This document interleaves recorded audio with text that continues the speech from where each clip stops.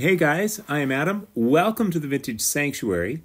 I'll probably call this video something like the top 15 smiles on my vintage baseball cards, and I have ranked them from 15 through 1. Now on another day I would probably rank them differently. Heck, in another 5 minutes I might rank them differently, but this is how I rank them for now, and 2 of the cards I'm actually counting as 1. I think you'll see why when we get there. Would love to hear what you would have put at number 1, number 2, number 3, out of the cards that I'm getting ready to show. Heck, I'd love to hear whatever you have, whatever comments you have. So without further ado, let me turn this camera around and let's look at my top 15 smiles in my vintage baseball card collection so far. All right, so this is a brand new card I have not shown on YouTube before. Now, the rest of these cards I have shown before, and I love to show cards more than once. But this is the 51 Bowman Vic Raschi. Now, he was not known for smiling. His coach, Jim Turner, in both the minor leagues and his pitching, and who became his pitching coach in the major leagues when he was with the Yankees, basically taught him how to view the batters as his mortal enemies and how to really fuel an inner anger in order to intimidate batters and in order to pitch well. However, off the field, he was a great guy. So I think this is such a beautiful smile. Picked this up recently at a nice price in a 4.5, which might be, one of the best vintage grades in terms of value for your dollar. Where, if you wait patiently, you don't have to spend too much money. But wow, the card is just so nice. The registration, the color, I absolutely love it. So I am calling this one number 15. And now moving on to number 14, it's actually going to be 2 cards. This is the case of the 2 cards.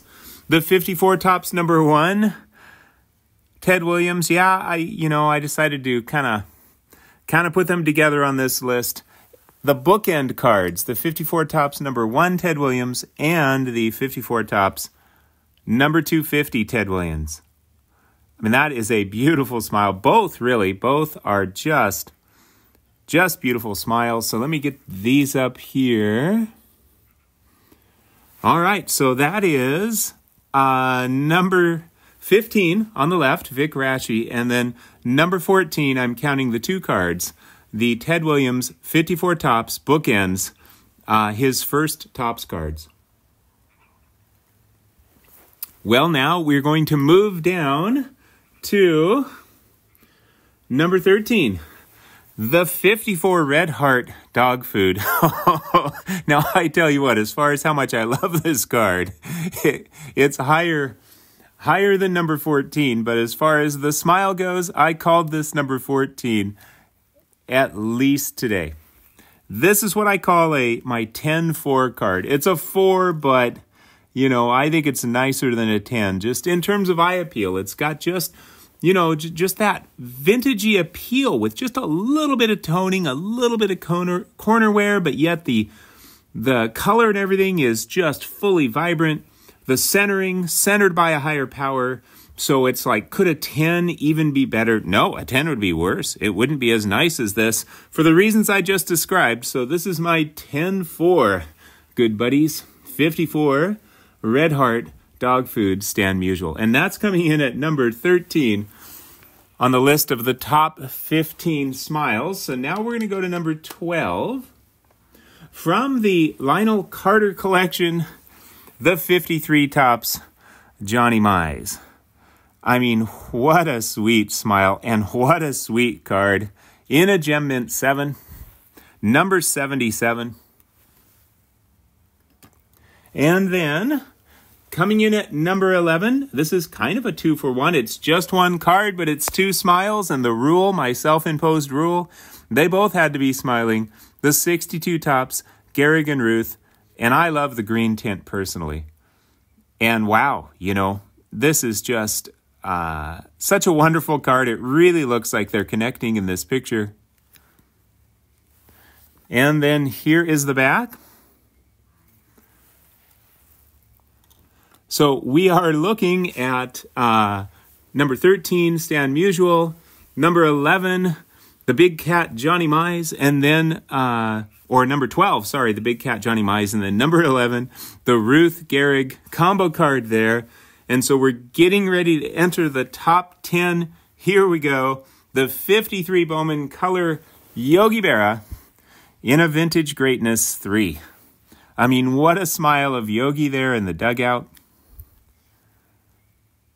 And so we'll put that over here. That will be, of course, number 10. And now for number 9. Guess who makes it back into the countdown? Stan the Man Musial. If I had more of his cards, there'd probably be more of them in this countdown. 62 tops in an exceptional 5. Such a stunning card.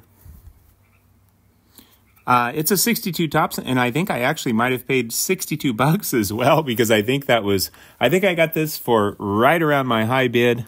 Super happy to have it. I think that red goes well with the wood grain personally.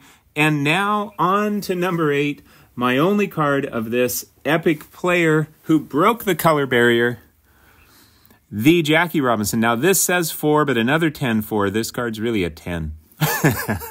It's got fuzzy cut all the way around. I think maybe they gave this a 4 just because of fuzzy cut on all 4 edges. I mean, this should be an 11, 12, maybe even a 13. Plus, it's got the PWCC Superior, which it is. In every conceivable way, this card is superior, at least as far as I can tell. And people have told me that my ability to assess eye appeal is pretty good, or very good. But I will say this, I think there's lots of people in this community that can assess eye appeal well. It's just that we have people in the community that don't really want to spend. You know, they don't want to necessarily spend tons of money for what we might call really high eye appeal. They would rather have, you know, cards that are more well-loved because they can stretch their hobby dollars and they can get more items that way. And to a certain degree, eye appeal is in the eyes of the beholder, where they might like, you know, more corner wear or a little bit of toning and this and that. They might actually, that might not bother them. In fact, it might add to the nostalgic impact for them, where they actually prefer that over a card that's, you know, more maybe sharp and clean like this one. Well, we are down to number 7. A little bit cartoonish, but it still makes number 7 in a fabulous relic 1.5 with a glorious pinhole at the top. Shout out to Mookie. The Jimmy Fox, the 38 Gaudy heads up Jimmy Fox with cartoons and that glorious XX. I love it. And then we'll check out the back. I love this green too. I really want to get maybe all the cartoon cards from this set. That's a lofty goal. That would take a while, but I would love to do it. All right, we're moving on to number 6, and I think I'm going to go ahead and move Jackie here in a minute to make room. But number 6, in an excellent plus 5.5, the 53 tops, Eddie Matthews. And wow. I mean, what a smile. What a stunning card. Number 37, let's go ahead and move Jackie and make some room for number 6. All right, let me space these out a little bit. And now we have made it to the top 5. I tell you what, ranking these 15, I mean, I did what I could. I went with my gut. This made number 5. Could have been higher. The 54 Red Heart Al Rosen. I mean, come on, man. Heck, this could have been number 1.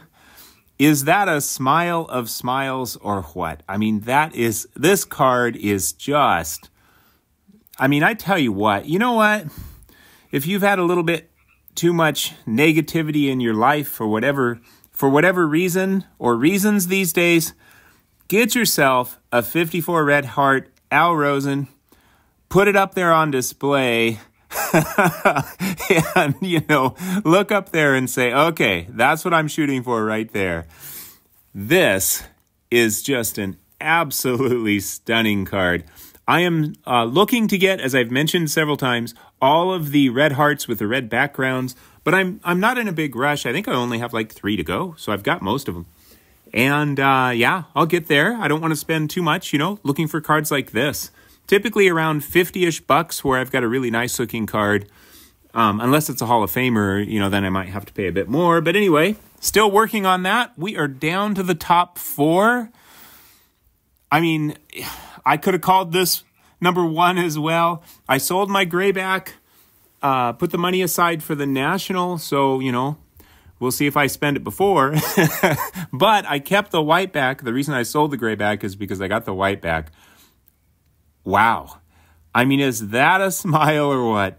And from his Triple Crown, and it was a Triple Crown of the entire league, his stats for the Triple Crown were the best of both leagues. And they won the World Series that year, 1956. Perhaps Mantle's peak year or right up there. I mean, he did really well, I think, the next year also in a Vintage Greatness 3. And this is the scarce whiteback. There's literally like maybe, 10 or more graybacks for each whiteback. And I think the whiteback, I think the cartoons pop more. To me, they do. Enough that it makes a difference to me, and I think the whiteback is... I'm going to go ahead and move Mr. Fox here. Even if he's foxy, I'm going to move him. So yeah, I love the whiteback, and we are down to the top 3. I almost made this my number 1. It was close. And I know it's cartoony. Cartoony, you know what's coming. If you've watched many videos lately on my channel, I know I've been doing some modern stuff with Judge and Willie Mays modern cards, but you know what's coming. The glorious 38 Gaudy Joe DiMaggio in a pristine 1. I mean, wow, it may be cartoony, but what a smile. And for the dignified Joe DiMaggio, that probably always liked his hairs in place and everything else, I don't know how flattered he felt by this image, but I think this card is absolutely glorious. It's got all sorts of issues, but I absolutely love it. Now, I say that because it actually does. It's got all sorts of issues, wrinkles, paper loss, toning, yada, yada. Wear. However, it still, I think, presents pretty well. I still think it presents pretty darn well, and I didn't have to pay crazy money for it. I think I got it at a pretty nice price for a 1. And I tell you what, the price people are asking for a 1 for that card tends to be a lot more than I paid, and 2s are already to the moon, so I'm really stoked to have that 1. All right, man, I don't want to move anything, but I'll show this card, and then I'll go ahead and move Mantle to make some room. This came in at number 2. Oh, how I love this card. I mean, not just the smile, but this is one of my favorite vintage cards for sure.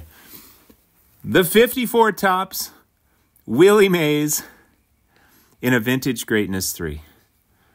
I mean, wow. This was a PSA 2.5 that had some sort of imperfection on the plastic that was right in the middle and really distracting. So I sent it to SGC and they bumped it up to a 3, which is kind of cool.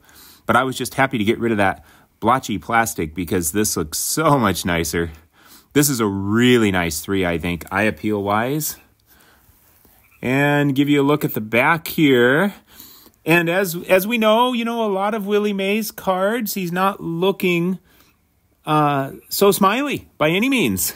And I don't know if, I don't know if I'm going to move Joe over here and make room for number 1 that's coming. I don't know if that was because Willie Mays didn't smile as much or if that was because, the photographers just didn't, or the, whoever chose the pictures at Topps just didn't make the best choices. They weren't putting enough effort or thought into it. I don't know. But that might be, the most beautiful Willie Mays card, at least in terms of smile. that might be the best smile on any Willie Mays card. Now, I realize that same image is used in his 55 and his 56 Topps base card. So I guess you could say that image that's used 54, 55, and 56 might just be the nicest smile by far on a Willie Mays Playing Days card. All right, so what did I choose as number one? You know, when it came down to it, this really clearly stuck out in my mind as number one. The 51 Bowman Yogi Berra in a 2.5. I mean, is that just a gorgeous smile or what? I mean, is that just a youthful, beautiful, just somebody that's happy, full of life, has a good life, you know, just someone who is in a great place, and it shows. So there you have it. There you have it. My top 15 smiles in my vintage baseball card collection. Wow.